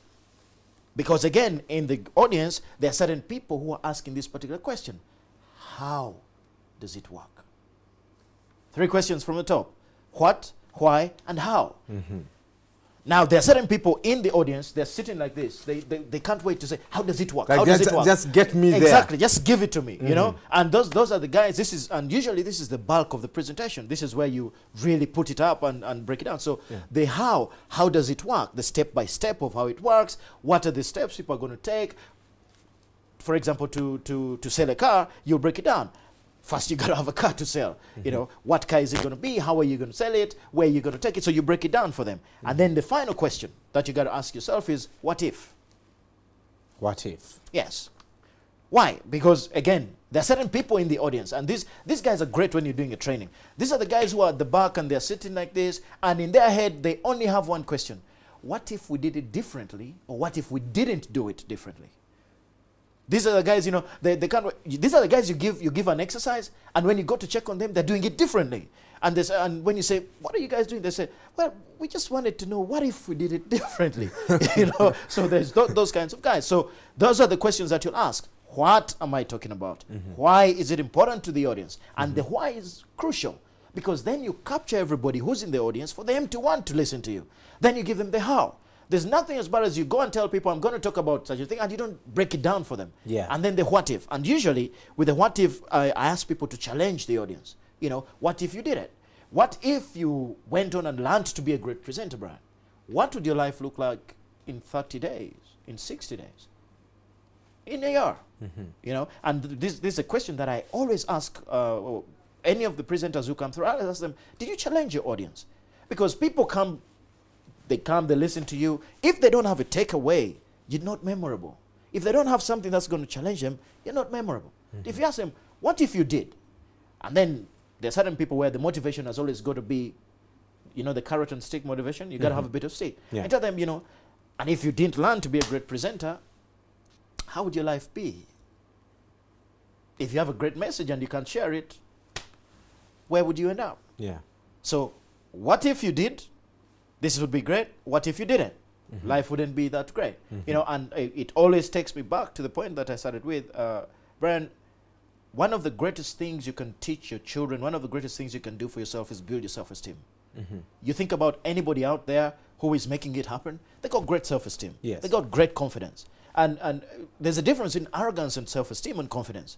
In a person who's confident, you walk into a room, you talk to this guy, you greet his hand, and you want to do business with him. Why? Because they exude a certain level of energy which is attractive. Yes. Because it's self-confidence. So, how do you come up with 4 questions? What? Why? How? What if? So you come to me, give me any example. Anytime you wake me up and say, Coach, we want you to present on this. I say, okay, in 5 minutes I'll be ready. I ask myself just 4 questions. What am I talking about? Why is it important to the audience? How does it work? What if you use it? And then I'm good to go. Usually in the trainings we add a couple more, just two more questions, just to, you know, just to finish it off. You always ask, what are the roadblocks that are preventing people from doing? You know, people will come and they want to learn how to sell a car, but they have roadblocks why they're not doing it. They have roadblocks why they're not getting up. So you always add that little question: what challenges might you be having there?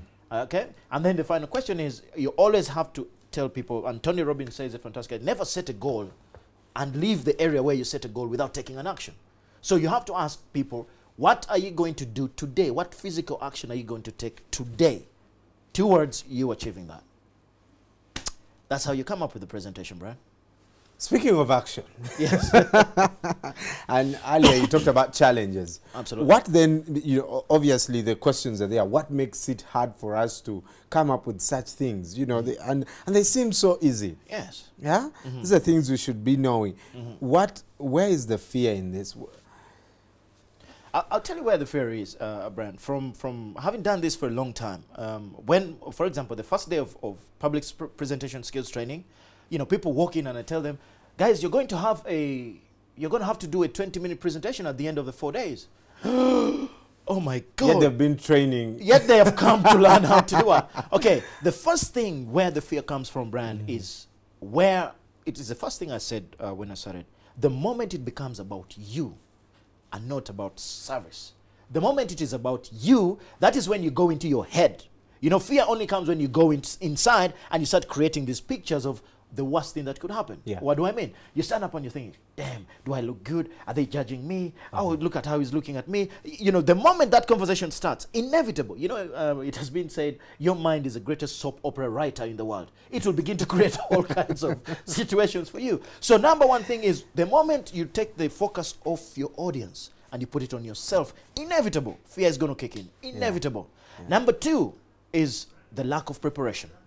Where, you know, you're ambushed and you don't know what to do and you haven't prepared enough, you get on stage and boom, it hits you. Because why? You're going to find a smart person in the audience who has prepared more than you. Yeah. And then they're going to ask you a question, you're not prepared, bam. We have many, you know, some viewers, they know more about what you're talking. Absolutely. You know, and you kind of sound dumb sometimes if you've not prepared. Absolutely. So if you haven't prepared, inevitable, the fear is going to be there. Because, you know, you'll be thinking, this, I wish I could have done this, I could have done that. Yeah. So lack of preparation, you know, and then, you know, there's about 6 tips. I'll only share 3. If you want the other 3, you gotta come for you know, and the third one is state. What do I mean?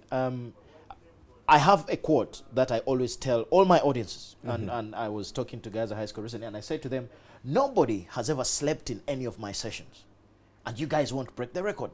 Then they laughed. I said, nobody does. Why? Because my state, the way I hold myself, the way I breathe, the way I walk, the way, you know, I sometimes people ask me, what do you take? I said, no, I have to hold a great state. Why? If your state is great, you're breathing well, you've worked out, you're looking after yourself, inevitable, when you're up on stage, your ability to be able to hold your ground is quite good.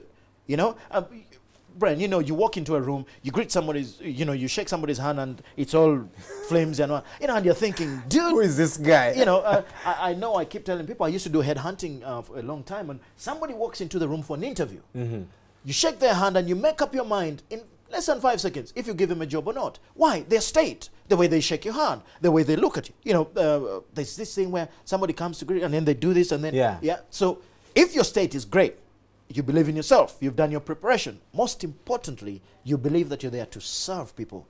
Fear has no place. Fear has no place whatsoever. They're the 3, like I said, we got to find out what to do. Yes. Well, Phil, always a pleasure to see you, man. Always a pleasure. Thank you so much. How do people contact you? Yeah, because they need to pay for some of this stuff. Okay, as a matter of fact, we have a presentation platform skills happening this weekend, Thursday, Friday, Saturday, and Sunday, at Royal Suits, Bugolobi. And it's a phenomenal training. The people who have been there, it's life changing. Yeah. People quit their jobs when they come, and so I don't know if you want to come, but people can go and visit the website www.intelligentperformance.com, and yes, they can get the information there, and let's go make life better. Awesome. Well, that is Coach Phil joining us this morning, and go to intelligentperformance.com to get more details, and we'll be sharing those on our Facebook page and Twitter. Stay with us, because when we come back, we're going to be talking some more sport with Isma. Good morning. You're watching Morning at NTV with Simon Kasiate, Mabel Kebirunji, and Brian Mulondo. Hello, is this Munji? Yo, this is Munji. I am feeling your new Virgin Jam right now. It is off the hook. Thanks, man. I'm also feeling you. Make a call for whatever reason. Call someone, call anyone, and change your life. Make a call and you could win 100 million shillings, a car, or a smartphone with free data for a year. Plus, win 2 free minutes every day. Airtel. Together we can.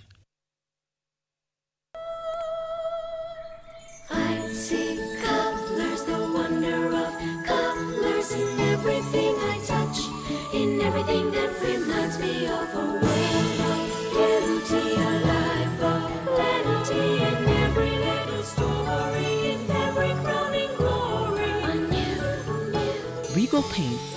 Paint it, love it.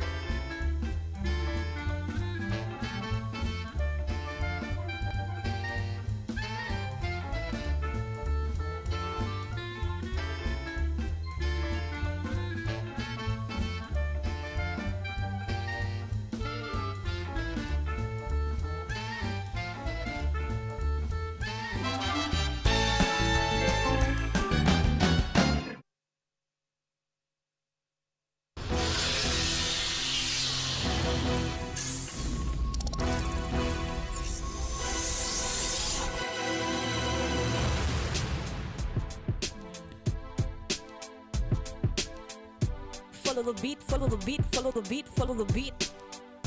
Follow the beat. Follow the beat, follow the beat, follow the beat, follow the beat. Follow the beat. Follow the beat, follow the beat. Follow the beat. Follow the beat, follow the beat, follow the beat, follow the beat. Follow the beat.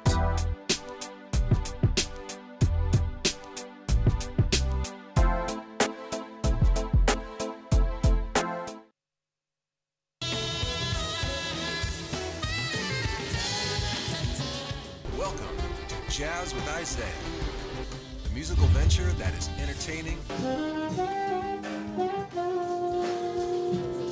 I'm a prisoner, you're a prisoner too.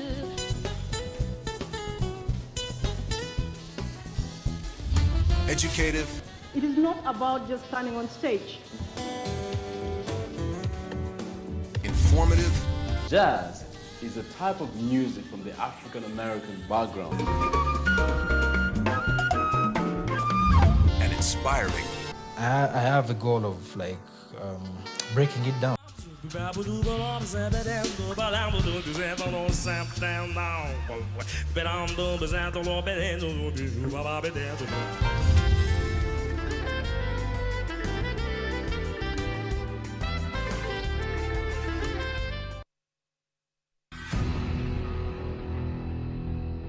Onyumirwa ebyemizannyo jangu nkulage. Does! And Adam Johnson, the boyhood Newcastle United man, historic, flying in the face of all football logic. A magnificent goal by Robbie van Persie. Ferdinand! Everton lead at Old Trafford. Walcott, Giroud. Super Suarez. And backs it up. And wraps it in. Checo finds the net in spectacular style. Penalty for Borussia Dortmund. And he scores.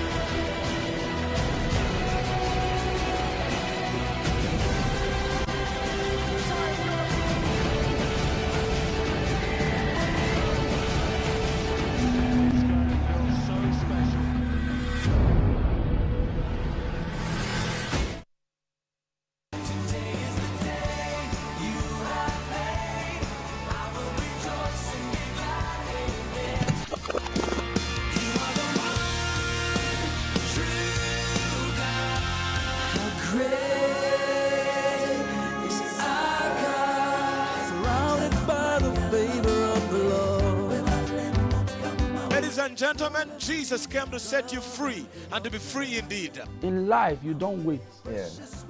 There are certain times where you wait for certain decisions, but when it comes to taking action and choices, you have to move. Jesus Christ found me, and he actually asked me a question, whether I wanted to live or to die. Every day of my life was struggling. It's just that God has given me this kind of hope. GXP every Sunday only on NTV, your official inspiration station. Kampala has been voted in the past as one of the favorite cities for tourists, one of the most peaceful cities. That is something that is changing. Kale Kaihura, the Inspector General of Police, and President Yoweri Museveni, their alliance, they can only crack down or stop individual strikes and individual demonstrations. But I don't think they can stop the growth of militancy. No holds barred. Besigye and Lukwago have particular grievances against the government, some legitimate, some misguided. What should the police do? Of course, the police has to intervene, A, to protect the power of President Yoweri Museveni and the NRM from disruption by Besigye and Lukwago, but B, also, never forget this, to protect those ordinary people whose property gets destroyed. I want to ask that many think that they've actually been frustrated. Opposition parties in Africa do not tend to be constructed around policy differences. FDC lacks a glue to hold its coalition of different power-hungry individuals together. Incisive. You see, the NRM is more divided internally than the FDC. The advantage with the NRM is it has political power. Analytical. I think that one of the best organized political parties in Uganda is the PPP, the People's Progressive Party with Ansari. This idea that everybody is peddling around the world that Africans are poor and they cannot contribute to their own political and social emancipation is crap. In fact, I think that the opposition parties in Uganda have to win an election in an unfair and unleveled ground. Newsnight with Andrew Mwenda. On the next episode, brought to you by At Orange, we know you want to do more on the internet. That's why we bring you happy hour day and night.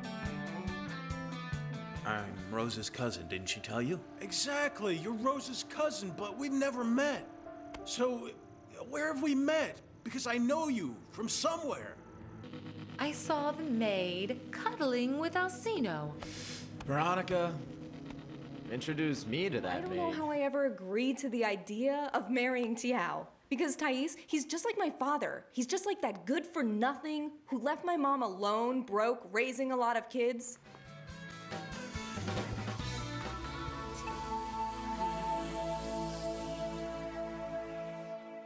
You can download movies at the lowest prices and never fast from Orange. Dial *133# to buy a data bundle. Happy hour changes with Orange. Today changes with Orange.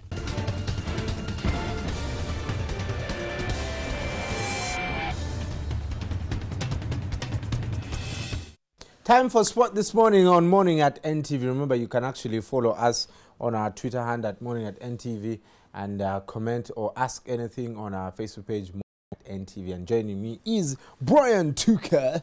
Good morning, mate. Good morning, man. What's up, mate? Good to see you. Good to see you, man. Yeah, in a new environment, new setting, I can see. Yeah. I work from your home. Yeah. Our games. We are now on our games. Our games. Well, good to see you, man. First of all, how big a hole did Zambia dig for Matia Rule's under-17 side? To start with, I think ordinarily it would have been, not such a huge hole because the Cranes have scored here 4 against Rwanda, I think 5, 6, 7 against Seychelles. So now they would think overturning a 3-0 deficit would be an easy fit for them, especially playing at home. But this is Zambia we're talking about, one of the best teams in youth developments, rather one of the best countries in youth developments, but also they've got a very talented and good side. But of course, the Uganda Cubs put in a petition to CAF saying they use older players. Matia Rule was saying, the moment my boys saw the other guys, they're already scared. So they were thinking we're playing against very old guys. So hence the 3-0 that they have. They've got to overturn a 3-0 lead, a 3-0 deficit. Can they do that? Tough for them. But given how many goals they've scored down here, you just we might turn it. Exactly. If they could score 3 the other side, then our boys here can do the job. Right. Yeah. As Zambia is naturally built. They are, first of all, I think. We are one of the smallest people in Africa, I think. Most of these countries, I think, invest a little more in terms of resources for the team. So the boys, some of them are a little more built. But I wouldn't rule out the question of using overage players. Yeah, this is Africa we're talking about. Yeah. We've been through the same. Under-17 ban for about 2 years. Yeah. I think Matiale looked at them and knew this must be doing what we were banned for, so they should also go through the same. Right. Yeah. Well, we hope that the boys will deliver something, and of course, Cubs was playing Zambia there. Away, yeah. We were away. Yeah, we were away. This is against Rwanda, actually. This is against Rwanda, but the return leg should be, I think, the Friday after next. Friday after next. Yeah. All right, we'll be waiting for that. Now, let's talk some basketball. Mande Jiruni has made some choices for the Zone 5 Club Championship. Tell us about that. 12 people have already been selected for the men. Unfortunately, we'll not talk about women, but I'm sure when this one's back here, probably we'll tackle the issue for the women. But for the men, of course, which is the one that most people are looking out for. Now, you see the team there on your screen: Henry Malinga, Ivan Omanyika, Samuel Karanyi, Andrew Pio, Stephen Omod, Norman Bleak, Jimmy Enabu, Ben Komake, Josh Johnson, who plays in the UK, Samuel Mukoza, plays in Sweden, Kasim Nagwere, plays in Sweden also, and John Barugere, who is in college in the United States. Now, the selection here that everyone is going to be questioning is Samuel Karanyi and Andrew Pio, because the Zone 5 was postponed to September. If it weren't, Samuel Karanja and Andrew Pio would never have been part of this. Yeah. So that's why the question comes in and say, why these guys? First of all, Samuel Karanja is a young boy playing for City Oilers. But guess what? When you get an opportunity as a sportsman at the biggest stage, you take it with both hands. That's what exactly Andrew Pio and Samuel Karanja did. They went for Zone 5 representing City Oil. Samuel Karanja actually changed the game for City Oil. The first game they played against Espoir played very well in terms of defense. We're not so gifted in terms of size. He's one of the bigger guys in this league. So probably that helps him a lot. But also the performance he had at Zone 5, and actually even what he did last season. He's a very good shot blocker, but he can also be a very good rebounder. So that's why the coach would want from him. Of course, people will be questioning why not Geoffrey Soro. Geoffrey Soro can give you points, but what else can he give you? Because in this game, you realize that you've got Josh Johnson, you've got Samuel, you've got John. Those can give you the points. Now, what are the other players giving you? Samuel Karanja will give you good defense, which is very important. Same as Andrew Pio. Now, Andrew Pio is a very versatile player. He can play from number 3, 4, 5. Even 2 sometimes if it's too tight for you. And he's such a big guy to mark on the perimeters if he's going to play there. So height has given them, but also what they showed as Zone 5 for me, I think played a huge part in their selection here. Right. Well, on to Raleigh. Would we be right to say that Duncan Chikankane has come of age?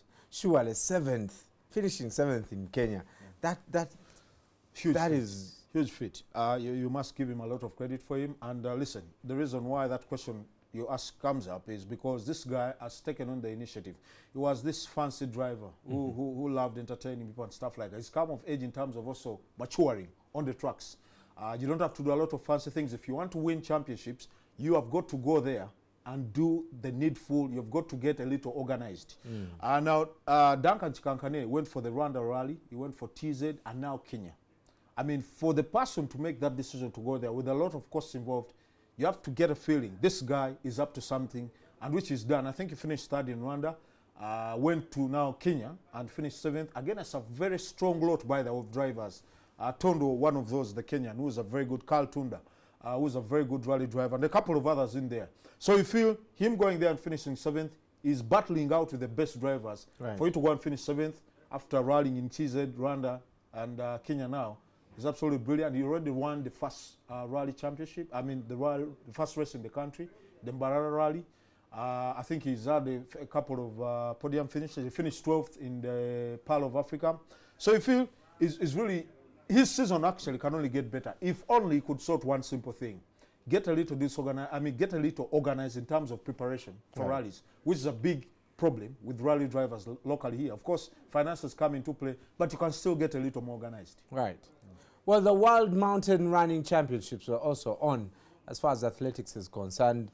Brian, how much should we celebrate as Uganda? Did we take any medals home? Me and you, first of all, we won a couple of medals, as everyone got to know, because this was over the weekend. Me and you know that each and every time you have a victory, you must celebrate it. It doesn't matter how it comes. You can talk about, for example, people are questioning United's win, but people are saying it's only KPR. But a win is a win to start with. You know, so if United had lost, people will be saying, how can you lose to KPR? Someone will say they are celebrating as if they've won the World Cup. Exactly, but you would understand why. But for Uganda, rarely do we get a lot of successes here. And for guys to go there and win a couple of medals, I think that was a huge feat. But most importantly for me, when you go for such tournaments, even if you don't win, how much do you learn from there? Exposure, go outside there, run with the best, learn how they do their thing. And that's the most important, I think, they pick out of them. But most importantly, once you go there, pick exposure, but also win. That's a bonus for me. These guys who all won the fellow Kipyoki in the junior main results, of course, as you can see on the screen. Most importantly for me, exposure, winning for me at that level sometimes is a bonus. So we celebrate all the medals that come in. Uganda, way out there, maybe is being sold through sports, something that is not invested in a lot. So probably something the government can look at. Right. But for me, exposure, winning is a bonus there. Right. Well, Stella Chosang there winning the junior women's results. Fantastic. Good job, our guys that represented us. The Champions League is on tonight. Wrap this up for us. Who is in action? A couple of games, of course, in action. Arsenal playing Dortmund, Liverpool Ludogorets at the Anfield, Real Madrid play Basel at the Bernabeu, I think this is about the games today. Also, Olympiacos, I think, also in action. Monaco, Atletico Madrid, all the teams I know. But most importantly, I think for me, I'll pick out to start with. Arsenal are playing Dortmund. Big result.